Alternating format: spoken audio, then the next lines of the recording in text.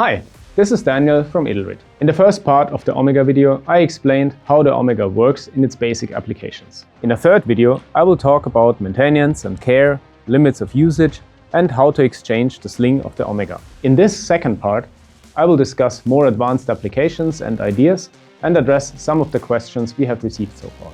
As a reminder, the OHMEGA is designed to be attached to the first bolt of a climbing route to reduce the force on the belayer in the event of a fall. This is particularly advantageous if the climber is significantly heavier than the belayer. However, this function can also offer advantages in many other situations. Accidents caused by belaying errors are all too common nowadays. The most common belaying error is probably operating the belay device's mechanism in such a way that the rope cannot be blocked, allowing fast feeding of the rope. If a fall occurs at this moment, the belay device cannot break the rope.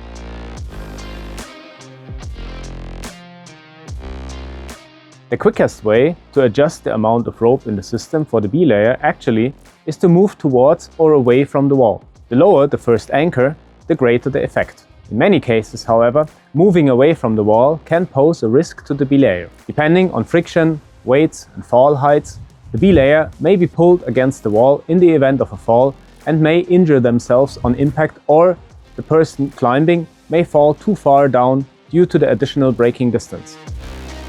Using the OHMEGA reduces the energy acting on the belayer, allowing them to move around more freely without risk being pulled against the wall. This makes it easier to control the amount of rope quickly and eliminates the need to operate belay devices incorrectly. In the event of a fall, the belayer can reduce the impact force and speed by moving towards the wall in a controlled manner to generate braking distance.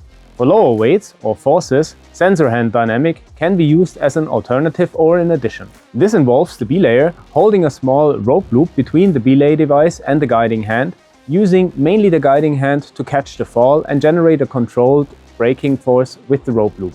The belay device becomes an almost unused backup.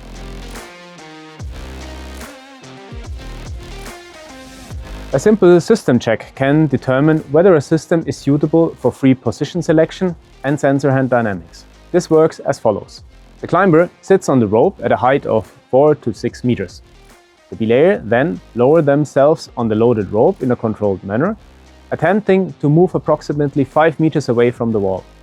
If this is not possible, an OHMEGA is attached to the first bolt at level plus, after which the test is repeated. The braking effect is increased until the test is successful. Once the belayer is 5 meters away from the wall in a stable position, they fix the brake rope underneath the belay device with their braking hand. They then bend forwards and reach as far up and forwards into the loaded rope as possible with their guiding hand. They then move towards the wall, trying to move their guiding hand towards the belay device without lowering the climber while doing so. If this is not possible, the OHMEGA must be used at a higher braking level. If this is possible, the setup is suitable for free position selection and sensor hand dynamics. After a successful system check, the belayer should slowly lower the climber using the guiding hand until the rope is taut again, allowing them to feel the friction in the system. If the test cannot still be carried out successfully despite using the highest braking level and a thick rope, the belayer should not move far away from the wall. It is generally advisable to carry out fall training in the selected setup. All the usual safety precautions for fall training must be observed. Each time a parameter or a component in the system is changed, the system check and fall training must be carried out again. Therefore, the OHMEGA is not only suitable for rope teams with heavy lead climbers, it can be used in almost any rope team to make the belayer's job easier. However, the OHMEGA is not suitable for lead climbers who weigh just slightly more than the set compensation value, as lowering would generally be impossible in this case. Attention! Using an OHMEGA does not automatically result in more dynamic falls. In fact, quite the opposite is the truth.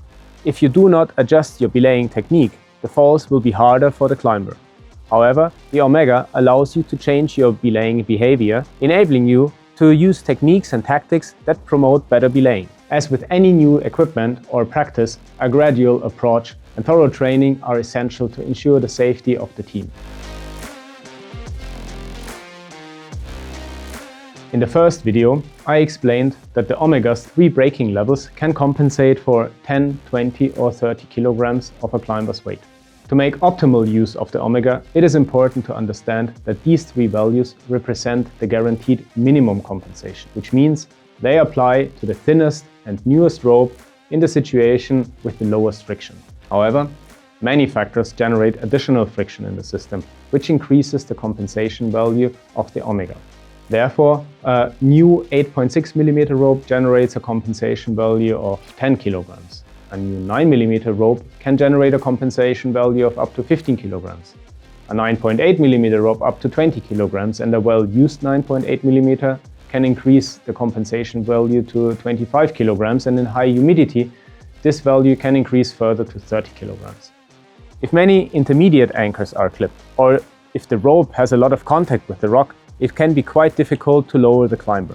It is therefore ideal to test the compensation value every time the system is modified. If the compensation value is set too high and the lead climber cannot get lowered, the belayer must pull themselves up to the OHMEGA and unclip the device. The OHMEGA is designed to attach to the first bolt and activate its clamping effect when sufficient tension is applied to the brake rope. In climbing gyms, for instance, the standard dictates that the first bolt should be no more than 3.1 meters above the ground. Outdoors, the first bolt often is higher, between 3 and 6 meters. The higher the first bolt, the greater the weight of the rope below the OHMEGA. If the first anchor is high enough, the weight of the rope below the device has a similar effect as applying force to the braking rope. The device is activated by the weight of the rope. Therefore, the higher the anchor on which the OHMEGA is located, or the greater the weight of the rope below it, the more likely is that the device will activate accidentally. However, the higher the first anchor is, the less need there usually is to protect the belayer from a collision. The purpose of the sling is to enable adjustment and compensate twists in case the device is being clipped in the wrong direction. A longer sling would improve these functions and could also optimize the course of the rope. So, why don't we use a longer sling, and what would happen if the OHMEGA were attached to the anchor with a quick draw rather than a carabiner? When unloaded, the OHMEGA hangs almost straight down, allowing the rope to run through the device without friction. In the event of a fall, the rope tightens and the device activates its clamping effect, pulling it upwards until the device hook connection is taut to the top. Only then does the braking effect become noticeable on the belayer side. Therefore, the longer the transition path, the longer the full force of the fall acts on the belayer. If you want to belay dynamically in a controlled manner, it is advantageous for the fall force acting on the belayer via the rope to be as constant as possible. A longer connection between the device and the anchor increases the distance over which the full force acts on the belayer. The braking force of the device only kicks in much later, making dynamic belaying much more difficult due to the transition from high to low force. In principle, the device can be clipped with longer slings, but the disadvantages should be considered. The user manual states that the OHMEGA must not be attached to nuts, cams or other natural protection. This is because cams and other tread anchors are often only optimally positioned for the main load direction, which is usually downwards. If the OHMEGA is attached to an anchor and is passively loaded, which means when falling into a higher intermediate belay, it is pulled upwards, resulting in an upward force acting on the corresponding anchor. In principle, the OHMEGA can be attached to any anchor point, provided that it can withstand the upward forces. When lowering, sometimes between the OHMEGA and the belay device, twists form in the rope. The obvious conclusion would be that the OHMEGA is tangling the rope. However, the opposite is actually the case. Regardless of how the device is attached or the direction in which the rope runs through the device, its mechanics work to remove twists from the rope. If the OHMEGA was tangling the rope, the twists would be visible above the device during lowering. Twists below the OHMEGA mean that the rope is twisted and the OHMEGA does not allow these twists to pass through the device. The OHMEGA is primarily designed for sports climbing, either on the rocks or in the gym, to protect the belayer from impact injuries. However, it is becoming increasingly common to perform a body belay even when multipitch climbing.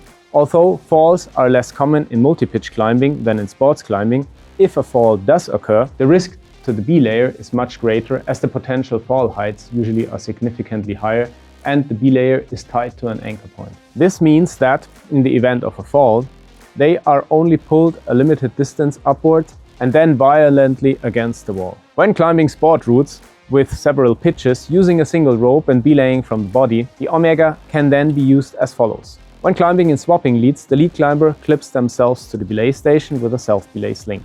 They then attach the OHMEGA to the highest safe anchor point they can reach and pull the rope through the OHMEGA.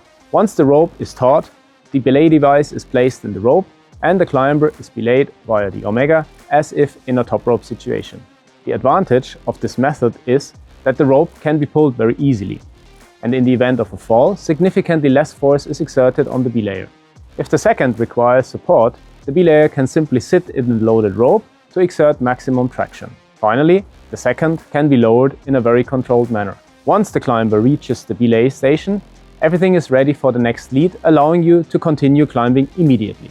The OHMEGA first acts as a dummy runner, but also as a brake assistant. In the event of a fall of the lead climber, the OHMEGA activates its braking force as it would in sports climbing, so that the person belaying is not pulled against the wall. If dynamic belaying is required, the sensor hand dynamic can be used. The OHMEGA, not only to compensate for weight differences in sports climbing, but also to be used in multi-pitching or to adapt new techniques for better performance in belaying.